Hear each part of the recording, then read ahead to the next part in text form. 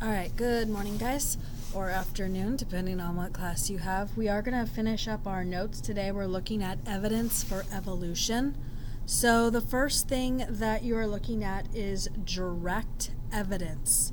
So direct evidence is where we have seen evolution happen. So we've seen that in fossils, bacteria resistance to medicine, and insect resistance to chemicals.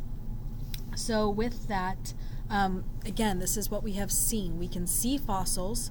We have seen over generations bacteria become more and more resistant to medication to now we have superbugs that are completely resistant to medication that we have, like MRSA. And that's why at the hospital many times you have to either constantly wear gloves or you have to constantly use hand sanitizer. Sorry, forgot my words there. And then insect resistance to chemicals. That's why they're always developing new stuff to kill insects, because they are becoming more resistant to the chemicals. All right, the second type of evidence is indirect evidence. So it's possible evidence or possible coincidence.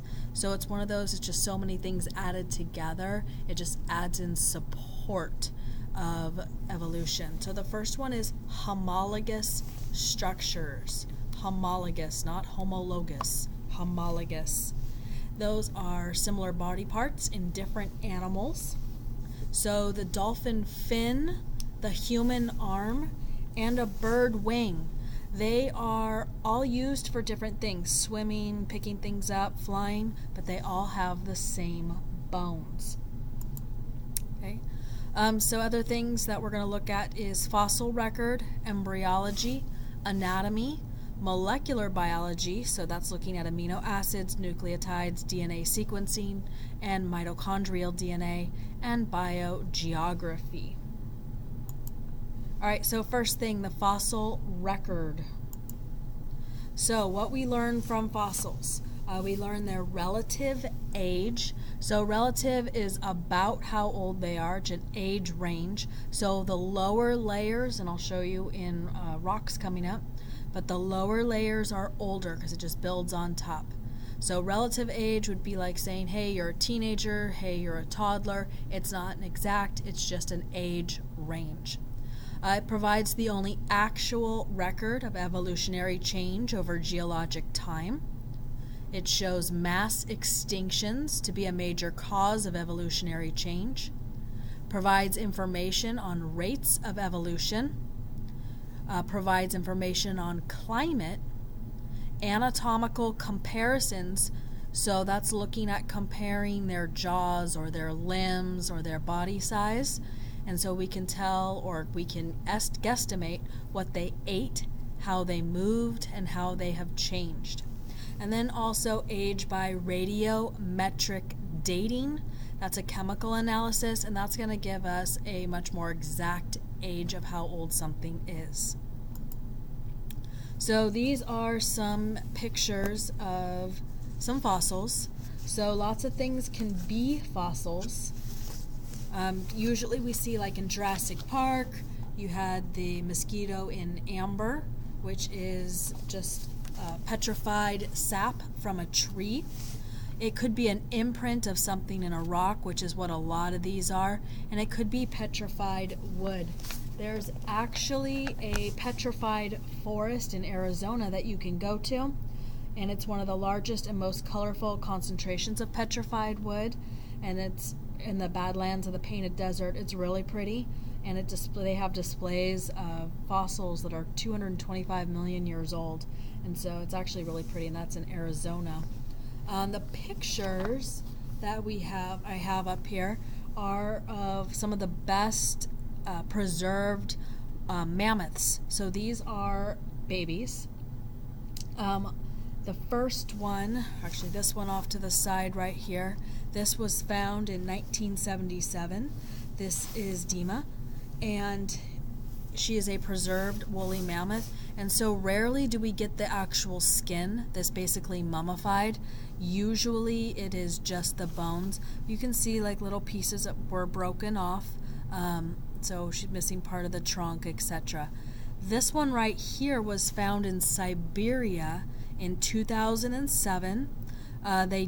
She's missing she's missing the ears, but they estimate that this little mammoth calf was between 6 months and 1 year old, and that she weighed 110 pounds and was about 4 feet and 3 inches tall. So we do get finds like this as well where something is mummified, but that is much more rare. All right, age of fossils. So relative dating, this is the one that gives you just like a category, or like, hey, it's the toddler, it's the teenager, it's the kid. So just an age range. So if the layers are undisturbed, no one's touched them, the ones down at the bottom, these are the oldest. The ones at the top are the newest, which makes sense because it just builds upon layer upon layer upon layer. Radiometric dating, this is a much more specific type of dating. This is going to give more of an exact age. We're not going to go super into it, and I'm not going to have you calculate half-lives, but this uses radioactive isotopes in rocks or fossils to find a specific age, because our radioactive isotopes will decay. So isotope is atoms with unstable nuclei, and they decay over time, giving off radiation, and they can form new elements. So like carbon-14 can become carbon-12. But that takes 5,700 years. So we can kind of use this rate of decay as a type of clock called a half-life. So we can figure out about how old something is from the half-life. So example, a rock's half-life is 1 million years. If the mass is 50 grams, the half-life is 25 grams, and we can kind of figure out how old something is from there. Okay, so this is called a cladogram, and this is created from the fossil record. And again, we weren't there, but we're trying to figure out, as we search through things and we look at the fossil record and we look at the fossils and where they were found and when they were found and radiometric dating, and try to build a tree of how everything is related. This happens to be the horse. So our modern day horse would be up here, and just kind of tracing it back to different things that were related. So down here would be a common ancestor. All these are related to this Hyracosaurine. I'm not sure if I am saying that right though. All right, so the geological time scale, we have already talked about this before, so I am going to go over this very quickly. Mass extinctions separate divisions. So a warming or a cooling of the earth is usually what causes these mass extinctions. So we start off with the Precambrian era, which is 3.5 billion years ago to about 544 million years ago. So fossils included cyanobacteria. They were photosynthetic, so again, they made their energy using sunlight. It accounts for about 87% of Earth's history, so most of Earth's history right now is in the Precambrian era. In the beginning, only unicellular prokaryotes were in the ocean. Remember, unicellular, one cell. A prokaryote has no nucleus. It's very, very simple. And then about 1.8 billion years ago, eukaryotic organisms appeared. You, as a human being, are a eukaryotic organism. These are usually multicellular. They have a nucleus, and they are much more advanced cells. So this is where we started seeing our more advanced cells.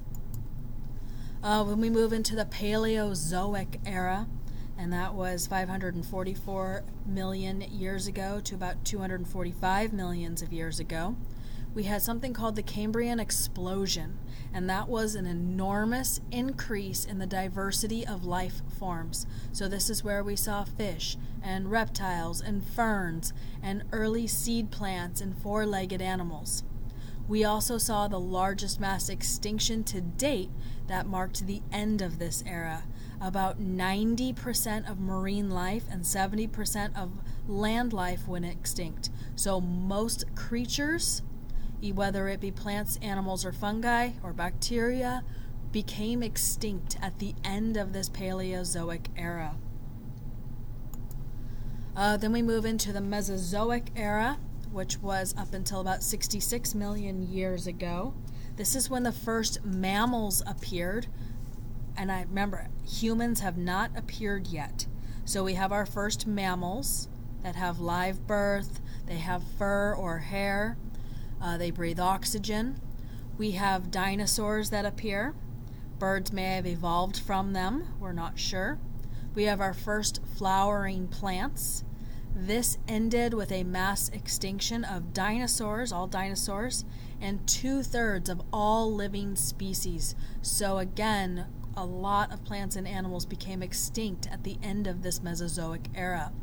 Also during this era, we had continental drift, so continents moved around. They're still moving today. So we have movement of about 6 centimeters per year. And then plate tectonics, these were how our continents formed. Crust made of several rigid plates that drift on top of molten rock. That should be a little bit of review from first semester and also earth science. All right, as we move into our last era, this is our current era, the Cenozoic era. Primates occurred about 30 million years ago, and then the modern human about 200,000 years ago. So we are a fairly new species. And again, I'd like to point out, we did not live with dinosaurs. They were already extinct at this time. So Fred Flintstones and the Flintstones, that's inaccurate cartoon. Today we are actually also in the biggest mass extinction. We are losing animals at a very, very, very, very quick rate. So science obviously is watching that very, very closely because we are in the biggest mass extinction that we have had so far. All right, theory of continental drift. So this goes back to the Mesozoic era. So we have Pangaea, which was about 245 millions of years ago. That's what MYA stands for. And then that split up into Laurasia and Gondwana, which was about 135 millions of years ago. And then that split up into our 7 continents that we have today about 66 millions of years ago. So we'll watch a quick animation of that. Of course.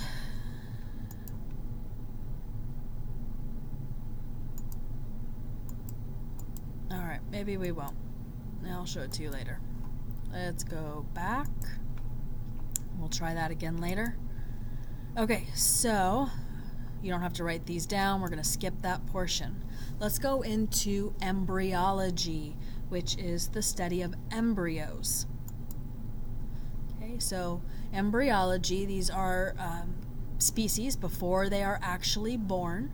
So all vertebrate embryos, vertebrate means that they have a backbone. So like you, your dog, your cat, your horse, you all are vertebrates. As you are an embryo, you have gill slits. That's what fish have, and that's how you would breathe on the sides of the throat. And you have a post-anal tail. Basically, it just means you have a tail. So which one of these, give yourself like 30 seconds, try to figure out which one is the fish, the rabbit, that says human, chicken, and tortoise. So all of these are one of those. Go ahead and try to figure that out.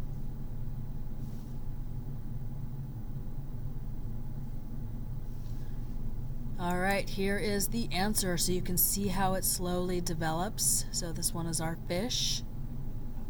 We have the tortoise, which is pretty darn cute. The bird, which is not cute till it gets feathers. The rabbit, to me, looks like a baby lamb. And then, of course, humans, we look like aliens until we grow into our heads. All right, anatomy. Obviously, there's a lot more with embryology. I'm just touching the surface. Anatomy, same thing. There's going to be a lot more to it. We're just looking at the surface so that you can kind of get an idea. So anatomy is study of the structures of the body. So we have comparative anatomy, where we compare the different types of anatomy. The first one is something called vestigial structures or organs. Vestigial. So these are structures or organs that we don't know what the purpose is at this point. They're not used. So pelvis bones in snakes. So this is generally associated with legs, which snakes do not have. So did they evolve from something that did have legs and pelvic and need for pelvic bone? Reduced toe in horses. Okay, again, horses have hooves. Why do they need a toe? The appendix in the human. So that one's still up for controversy. There's a lot of people that think it is part of the immune system and helps kind of clean our body out and part of the lymphatic system. Yes, you can survive without it, but there's still people that think that maybe you still need it. And then your coccyx, which is your tailbone in humans. Most people don't have a tail. Yes, there are some people that have a little bit of a tail that does have a nerve. They can wag their tail. Most people, for obvious reasons, choose to get that removed, but that is your coccyx. Okay. So here are some snake legs. So you can see them a little bit there. And then also the koala, when you're talking about them, they have an appendix as well, and theirs is functioning because they eat something called eucalyptus leaves, and it's really hard to digest. So the koala will actually, they use their appendix to help digest and break down those leaves. We have something called analogous structures. We already talked about homologous, so these are analogous. So analogous means that they are similar function but different structure. So they do the same thing, but they're built differently. So an insect's wing compared to a bird's wing. They're both used for flying, but an insect wing does not have bones. A bird wing does. And I'll show you some pictures coming up. And then homologous structures, which are, like I said before, they're similar structures, but they're different functions. So they're used for different things. You are going to need to know these vocabulary words for the future. So analogous, similar function, different structure. Homologous is your opposite, similar structure, different function. So humerus, ulna, and radius are your arm bones. So humerus is your upper arm, and then your radius and your ulna are your bones in your lower arm. So humans have them, whales have them in their fins, dolphins have them in their fins. So here in this next picture, this is the humerus right here, and you have it in a human, you have it in a bird, you have it in a porpoise, which is a dolphin, and then also an elephant. This is the radius, the one that's on the thumb side is the radius. This is the ulna, same in the bird, you have a radius and ulna, same in the porpoise, same in the elephant. And then you have your carpals, which are your wrist bones. You have carpals here, carpals here, carpals here, metacarpals and phalanges, and these all have metacarpals and phalanges as well. So different size, slightly different shape in some, but you do have the same basic bones, and they're used for completely different things. So these would be homologous structures. All right, last one I think that we're going to look at is second to last one, molecular biology. So these are species that share a common ancestor, have few amino acids. We're going to abbreviate that as AA, sequence differences. So our DNA is pretty close. So if you look at this one, we're looking at hemoglobin. That is a protein in blood. So hemo means blood and globin is a protein. So hemoglobin, we're comparing it to humans. So a gorilla has only one amino acid difference in their blood protein. A rhesus monkey, those are the ones you usually see on TV, has 8 differences. A mouse, 27. Chicken, 45. Frog, 67. And again, you'll notice that we're primates, gorillas are primates. Okay? Also a primate, but not one of the greater apes. We and gorillas are considered one of the greater apes. Then we just have monkeys, so a little more differences. A mouse is a mammal, but not a primate, so more differences. Then we get into birds and amphibians. So the further away from us on the genetic tree, the more differences we have. All right, biogeography. So looking at where we find things. So we have patterns of evolution. So the first one we're going to talk about is divergent evolution. Divergent. So that's when two or more species evolved from a common ancestor, but they become less alike. So they started off the same, but as time goes on, and again, this is over a very long period of time, as time goes on, they come less and less alike. They go their separate ways. So adaptive radiation is rapid divergent evolution. So this is where that happened very quickly. And again, it still takes a long time, but just not thousands or millions of years, more like hundreds. So we've seen that in the Hawaiian Islands, the Galapagos Islands, and in Australia. We had a common ancestor, and then very, very quickly, we got many new species. So this is the Hawaiian Islands. Here's your ancestral finch. And then depending on what island it is, you have all these different types of finches. So usually with this thicker beak right here, they're using more seeds. They got to open stuff up. You'll see them more down here, where the ones with the longer, which this one's extinct now, but the longer beak, they're sucking more nectar, and you'll find them more up here in the tropical. These are the more tropical islands up in here. Okay? So this is adaptive radiation. So this is an example of one. It's just a pretty bird, and I'm not usually a bird person, but I like this one, so I put him up there. All right, convergent is going to be your opposite. So these are organisms that are not closely related, but they develop similar characteristics to adapt to their similar environments. So convergent means coming together. Divergent apart, convergent together. Those are two vocab words you need to know. So examples of convergent would be fish and dolphins. They have similar bodies so that they could more easily move through the water, but fish are fish and dolphins are mammals. So they are completely different animals, but that is convergent. Okay? And this is the end of our presentation for today. If you need to go back to anything, again, just rewind, pause to fill in your outline.